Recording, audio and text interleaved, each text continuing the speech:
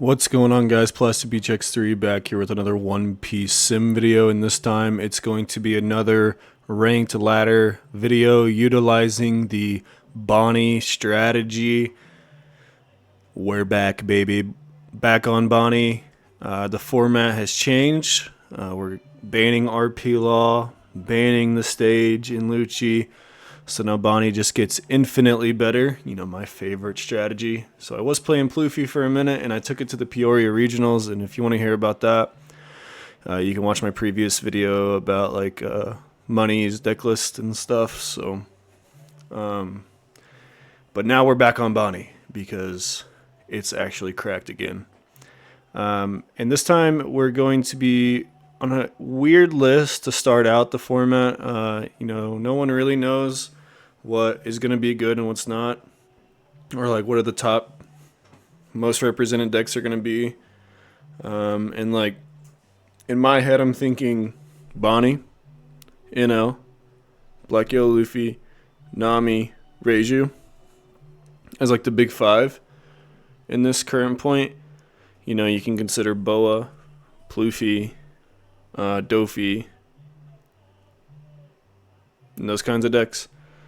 Maybe like Trafalgar Law or something from OP07. People said something about that. But those are like the top 5 decks I'm considering. And if you just look at all those decks, Zoro just is really good into them. So me and my buddies decided to max out on 4 to just start out with. We're going to see how that goes.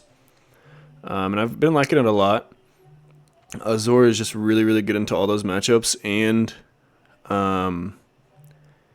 it is unsearchable in this deck, so like it kind of makes sense just like Hody to max out on it because you want to see them. You have to hard draw them rather than search them, whereas with like Kid and Dofi you still gotta search them. And like right now we're on 3 Dofi, 2 Kid. You know, you could go back and forth because like Kid is really good against Reiju, the Mirror. That's pretty good against Black Yellow Luffy a lot of times.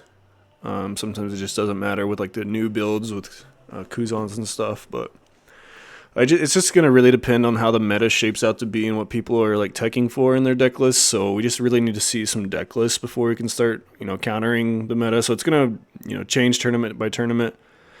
But this is kind of what we're talking about right now so far. And this is going to be like the Dallas format essentially.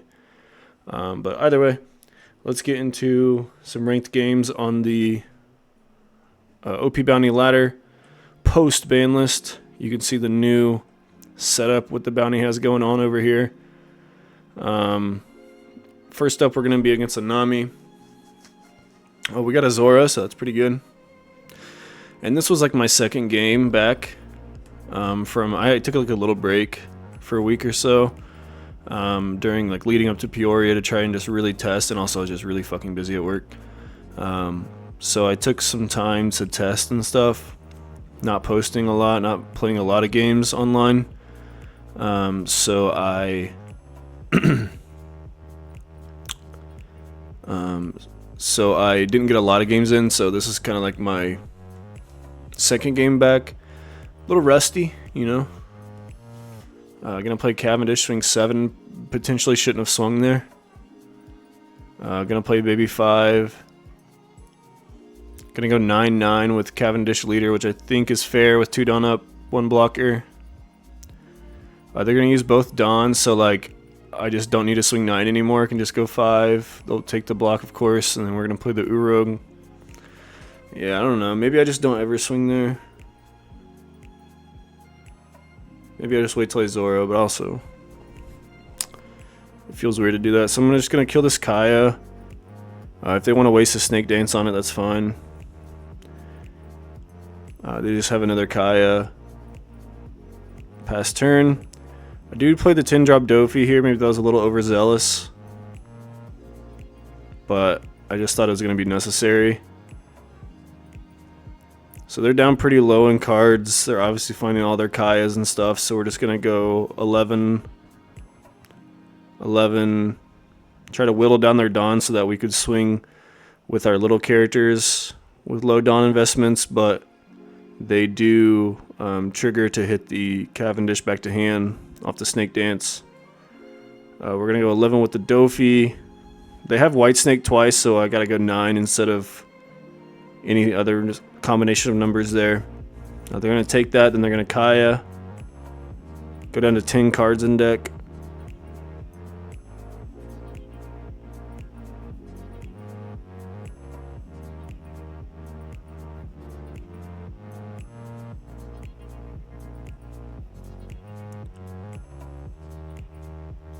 And they're just going to pass with 9 Dawn standing, so I'm just going to go 16, 16, 16.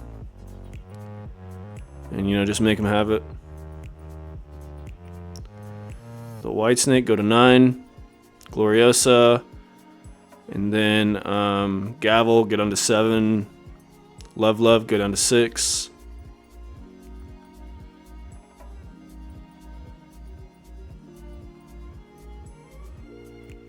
And then Rubber Band to go to 5, and then all they have left is a Love Love. They have 3 Dawn to turn and dig 5 cards, which is just never going to happen. And that's the game.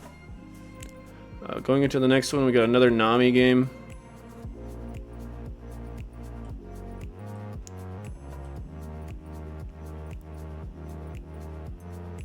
And you'll see that like Zora, Hody are pretty cracked.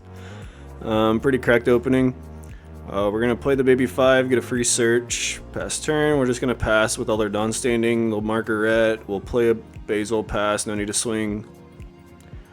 We'll peel off, probably, yeah, we're going to Hody, tap 2 Dawn. Now we can take advantage of the Dawn tap, swing 7, 9. See what they do with this. They're going to Gavel. So now we go 9. If they block, we probably pass. Yep.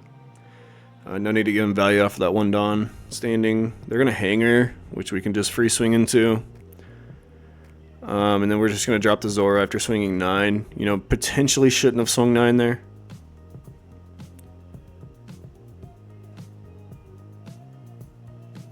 Because they had so many Dawn standing. We're just going to double Zora because they passed turn. But they're going to like soft punish us by playing Kaya, which, you know, they probably just had anyway. Then Gloriosa, pass. So now we're just going to swing a ton of 9s here. If they put a White Snake on, then we probably switch up the swings a little bit, but we'll have to wait for that White Snake to happen. Because we're just going to swing 9s. They hit a draw 2 trigger, or, you know, draw 1, trash 1 trigger. They're going to 1k Love Love, 1k Love Love, hit another band. Go another 9. Try to make him use that Dawn so we can swing 5, but it doesn't matter. They just take it anyway. They're going to Kaya, go down to 6 cards. Kaya, go down to 4 cards. So if they just have double Gavel, they win. But they've already used 4 Gavel. If you look in their trash, I looked at it later in the game because they were thinking so long here. I was thinking of what they could have. So they've already used all 4 Gavel. So that's out of the question. I think they used 3 Love Love, so they probably have 1 in hand. I don't know how many Rubber Bands. They have hit 2 Rubber Bands out of life at least, and I think they've at least used 1. And even if they had Rubber Band, Love Love, that's only 2 cards. So they just don't have a lot of counters at mill cards in their deck anymore. So we're just going to go 16, 16, 16, see what they can do. They do have their last Rubber Band, a 2K, a Love Love, a White Snake, so they only had 1 card left with only a Desert Spotted Double Margaret, Double Margaret left. And the Impel Down All-Stars is the last card. So, gonna take the second Nami game. Gonna play a game against Perona here. They're gonna start Momo, we're gonna start Bonney. Take the other Bonney because Uroga is essentially useless in the matchup, so we'll take the Double Searcher next turn over the 4-drop that's just gonna get Ryuma'd. They will Automna, and then swing 6 into the Bonney. We'll kill the Momo, play Bonney, take a Basil, because that's what we're looking for off the Bonney anyway.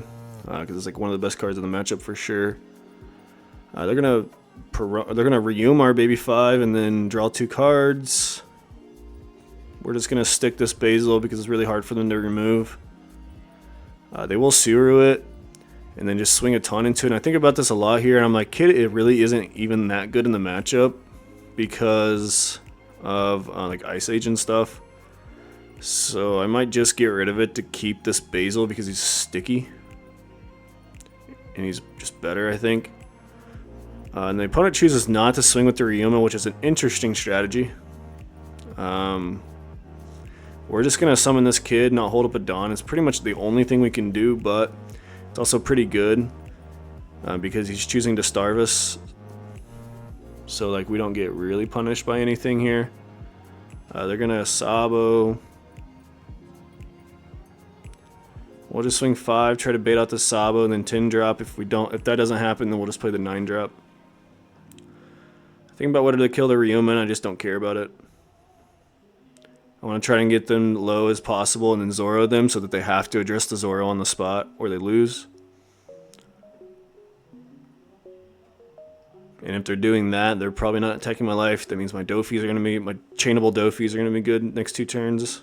If they do happen to kill the Zoro, they're going to You Can Be My Samurai and then play Otamna, draw Ryuma. So they do have the KO potential. If they have like an Ice Age or something, they can kill it. If they don't, they're going to have the 2-legged soldier into another 1-legged soldier. That thing don't have no 2 legs. They're going to 1-legged soldier, 1-legged soldier. We don't have a lot of value off of the Dofi here. So we're going to swing 7, 9, just play the Basil pass. We're still at 5 life, so it's like, you know, they're on a pretty big clock. I summoned a monster that they just can't remove, Basil. So we're kind of sitting pretty. They're going to go 10. We'll just tap the blockers so that we can kill them next turn. They're going to play a Sabo, so they have to pull off the gas because we tapped the blocker. And we could like Dofi here, but I just don't see any reason to give them more turns, so I'm just going to swing out. And maybe they just don't have it. Because like I'm not dead even if they do have it. They go down to 0 cards. And like they still have to clear my board. They still have to they still have to hold up blockers. You know, Hody wins me. I can 10 drop, stall. So going into the next game against a Reiju, so like one of the hot new decks in the meta currently. We have the double 8 drop that we play, so we're gonna keep that. Pretty good. We're just gonna baby 5. Not really much else to do. We'll take a 2K because we're low on counter. Pass turn.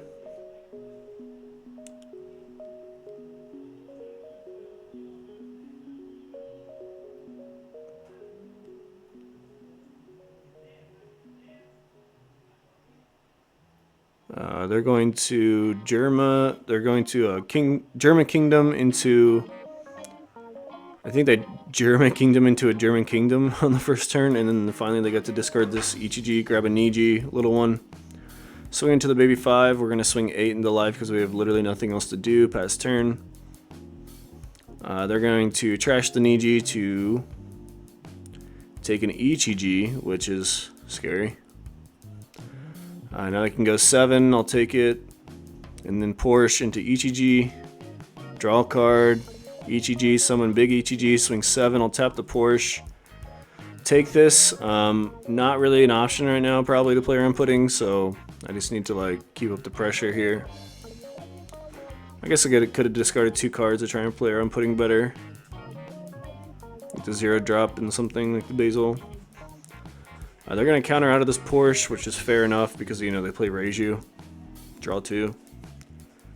They're going to German Kingdom, pitch a German Kingdom to draw in baby Ichiji. They don't have one in trash, though, they don't have a big one in trash. So that's like, whatever. They're going to swing 7. We'll just tap the leader and discard 2 cards in an effort to play around pudding. But also, like, it's just probably right there.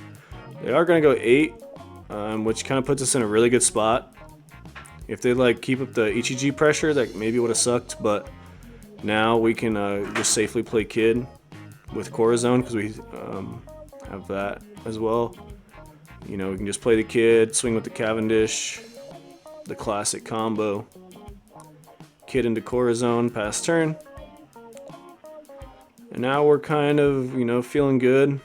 They do have the Niji into Niji, pop the Resonante, draw a card, which is annoying. But our kid is 8, so they'll have to play their Ichiji, try to get it down 2 to try and get some cards out of our hand. They don't though. They discard the ETG 4-drop. Weird. I'm gonna swing 10. I'll tap the Porsche. Give them 2-1. Then they're gonna Reiju, draw 2 cards, pass turn. Here, I think we do just Hody and go at life. So we're gonna go 5. We're gonna try and put them in kill range next turn. I just don't think I can die with like Kid, Corazon, and all the counter I have in my hand. Even if he does have another ETG, which at this point in time does not have another ETG in trash, so I'm not really afraid of it. Because I could turn my Kid into the ETG, but you know they don't have one in trash, so I feel like there's just no need to put it in trash for them, so that they can get the -2000 next turn. We're just going to play the Resonante pass, put him at 1 so that we can almost guarantee a kill next turn with the Hody in case they want to like double up on choppers or something.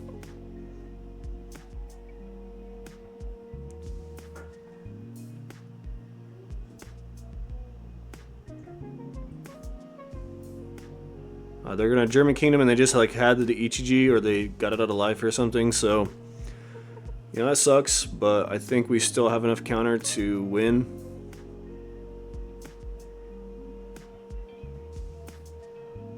And they do also have the, I think the 4th baby ETG. Pretty cracked. They're going to -2 to the Kid. Then they can swing 8 and 2. I'll just tap the other ETG. I'm going to counter out of this wing, counter while I can, I guess. They're going to go 6, and I'll just counter everything. 6. 6, block, 6, take it, and now I can pretty much have game. We'll start 9, see what they do, and now we can just put everything under Cavendish since they took it. You know, if they didn't take it, we can like swing perfect numbers depending on what their hand size looks like. So let's go into the next game here on the ranked ladder. Gonna be against a black yellow Luffy. Oh god, 20-minute game. Okay, this might be the last one. I have one more after this like queued up, but this is a 10-minute game in double speed. So we are going to play a Bonney, bury 2 Zora, which is unfortunate. But we do have 2 Dofi, Kid Corazon, which is really nice against black yellow Luffy. They're gonna swing 7. We'll take that. Get a Bonney, which is okay. We will Bonney search a 2K, Bonney search a Cavendish because they decided to not kill our Bonney. I feel like that's a misplay by them. I mean, I get it, like the whole idea is to go at face, but I'm just going to get so much advantage off of these Bonnies that it's going to be unreal. They're going to 5 swing us, we'll tap the Garp, discard a Cavendish, we're going to swing into the Garp, do double Bonney search here. Take the Urog because I really don't like Basil in this matchup. It's not like, it's kind of like a do nothing card essentially. Because it's not 9k. Play the Urog, even though it's, you know, very likely to get Rocket Luffy. We'll just, you know, make them have it here. Not much else to do. Just gaining advantage while they kill themselves so that we can continue get to our big Dawn turns.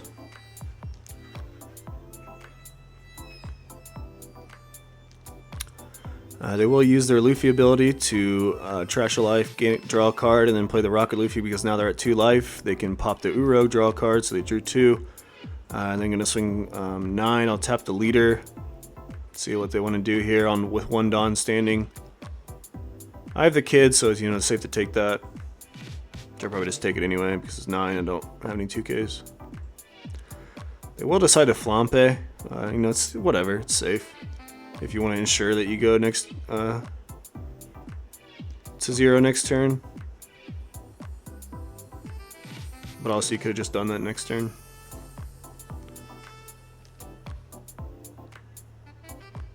Because they're not going to 10, they're going to 9. So like their Gecko play isn't... Yeah, it's whatever. I feel like you just could have saved the flampe for next turn. We're going to play Cavendish into double Bonney search, grab a Bonney and a 2K, just play the Resonante, hold up a Dawn past turn. Waiting to get to our big Dawn turn, so next turn we can 10 drop, hold up a Dawn, They do decide to play Kuzan here. I really don't like Kuzan in this deck, but you know, to each his own. They're going to play Kuzan and then rip a life with the Luffy, put 2 under leader. Interestingly enough, played Kuzan before swinging, so now I can just tap it and swing into it with 5s. Pretty big misplay on the opponent's part, I think.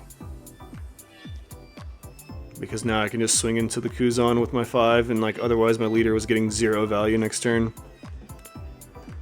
They do kill a Bonney with a Flampe though, so whatever.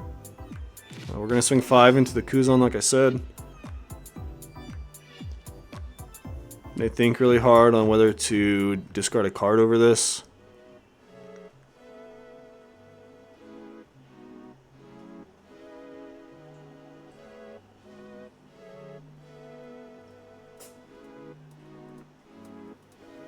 They actually do discard a card over it, which I think is probably not right. Then we're going to go 6 into it.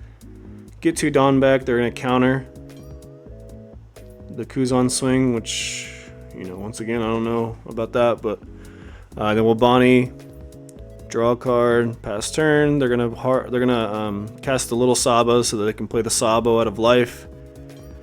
Draw 2, trash 2.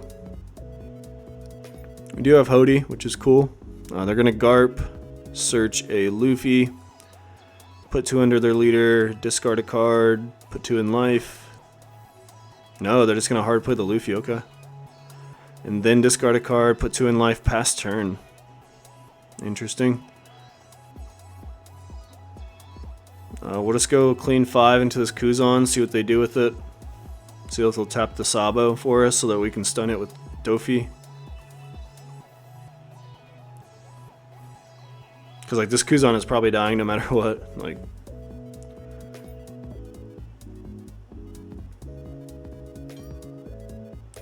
think about a while, maybe swing Dofi into it first, but it's probably just better to just get the Dofi, get the Dawn. And then if they let this go, because we stunned it, we can swing into the Luffy now. So that they can't burn a life. And be more likely to use their leader effects. We'll play the Bonney, or we'll use the Bonney, get another card, so, you know. Maybe a mistake not to kill that Bonney in the very beginning.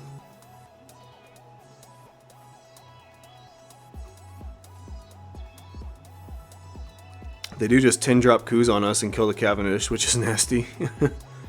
So they're kind of in a pretty good spot here. They have Kuzan minusing 5 to everything. Double Luffy in rotation, so they're going to be able to draw 2 cards, pop 2 things. Pretty nasty spot. So looking kind of cooked, but... And I really think about just like playing Kid, Corazon, passing, but God, it just feels so bad if they have like Baby Luffy in hand. That just sucks. So I actually do something else. I'm just going to swing 5, see what they do about it. And now that they countered, I actually think the play is to play Hody here. I really need to deprive them of this double Luffy combo coming my way next turn. Even if I am going to go to 1 life, if I can remove the Sabo and the Luffy, then I'm pretty safe.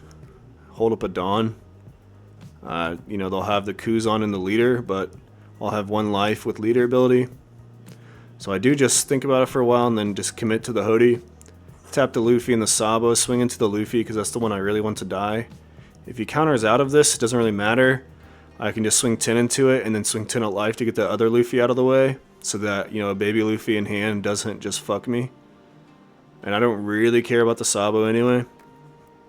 But now that he let it go, I can just, you know, free kill the Sabo. There's no world where he counters out of a 10 to 5, so I can kill the Sabo. Take the last Luffy out of life. Put him at 1 life. He can't Gecko me. And it's looking just toast for him. He'll have to kill the Rosinante before he kills anything on the field. So...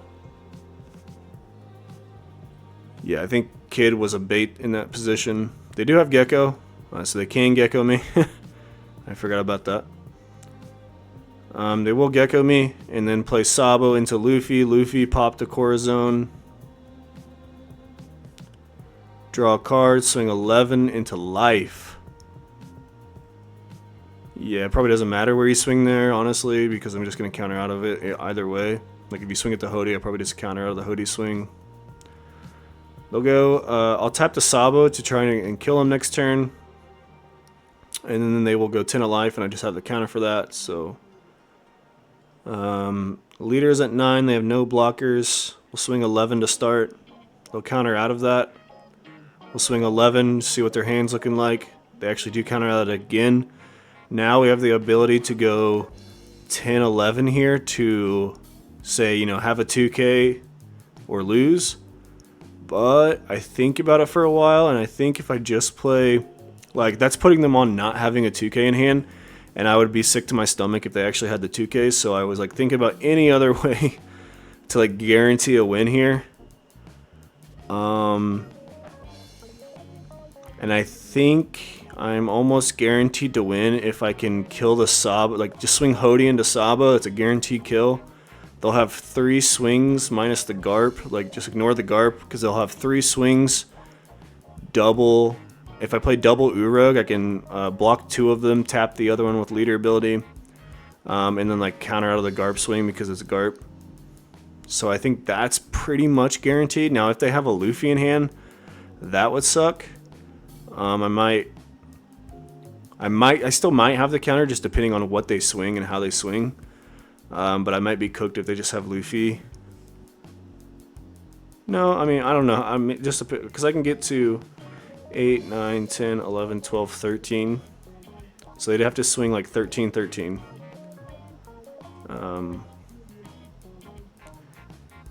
And I just don't think that's possible, right?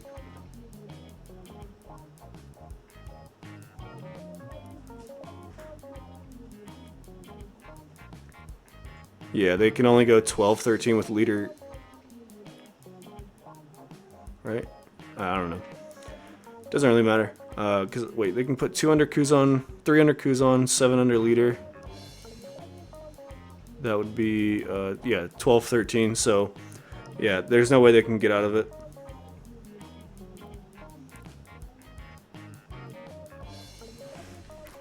Yeah, sorry, what I was talking about was back here. They can go, like, their best possible swing, I think, would be 13-13, because that's the way to guarantee I die, because that's how much counter I have in hand. I can get to 13. So they can put 3 under Kuzan, swing 13. I'll have to leader ability, tap the Gecko, block, and then they can go, there were 7 other under Luffy, and that's only 12, so I can counter out of that. So this is just guaranteed game, I think. Unless there's just something I'm missing. Oh, wait, no, so that's only if they Luffy. And if they Luffy, they like tap down anyway. I don't know why I was thinking so hard about that. If they Luffy, like, they just have to tap down. They can't swing as big anyway, so. Whatever. Let's go into the last game. It's already here. It's queued up, so. I know that was a long one, but whatever. And I do want to show off the Lucci matchup some more. Because Lucci's an interesting deck. There's going to be a lot of different builds going into this meta. And I don't think anyone's really going to know what's going to be right. I'm mulliganing into a decently ass hand.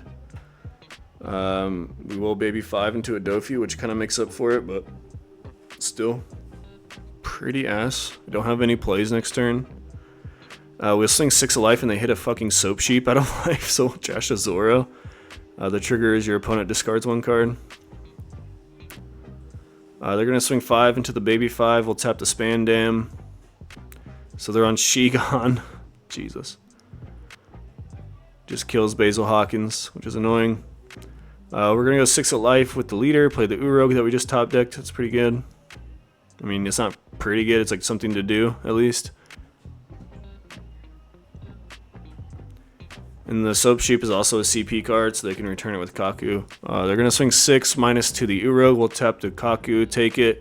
Then they will obviously Kaku the Urog. I just make him have it in those kind of spots. Like, I feel like it's just way too minus. Like, if they just have Sabo and not Kaku, I just go super minus by blocking there. So I just pretty much always let that go. Just put them on, have the Kaku. And here I have quite literally very, very little plays. My play is going to consist of swing 9 at either life or Kaku, play Resonante. So now I just got to decide whether to swing at life or Kaku. I think Kaku is just slightly better in this spot because I really want to play Zoro next turn to try and force him to remove that so that my kid and my Dofi can live the following turns, hopefully, because he wasted all his resources on it. That's like the idea there. So like killing the Kaku ensures that I only have to defend against one swing next turn with my leader ability, and there are 2 swings coming my way instead of 2 swings from, you know, double Kaku leader. That way I can like pretty safely play the Zoro and be able to take some hits from this Gecko this turn, because obviously they're going to Gecko on their 8 dawn turn. So I just need to be able to take their Gecko hits while also establishing this Zoro. They're going to swing 5. I'll counter out of this with the intention to take the rest of the 3. And if I really need to, I can Kid next turn if he kills the Zoro. He's going to Tempest Kick and not have enough to kill the Zoro, so that's massive for us. The fact that they didn't have enough minus effects to KO the Zoro, which, you know, just goes to show that how big a stage impacts this deck. Like the lack of stage. We're going to go 5, they're going to counter, then we're going to go 9, they actually take that, which I think it was a pretty big misplay. Like, you just want to block with Rebecca there, I feel like, because I play Hody Jones. We're just going to 10 drop their field, including the leader. We don't really care about the Kaku because we're at 1 life.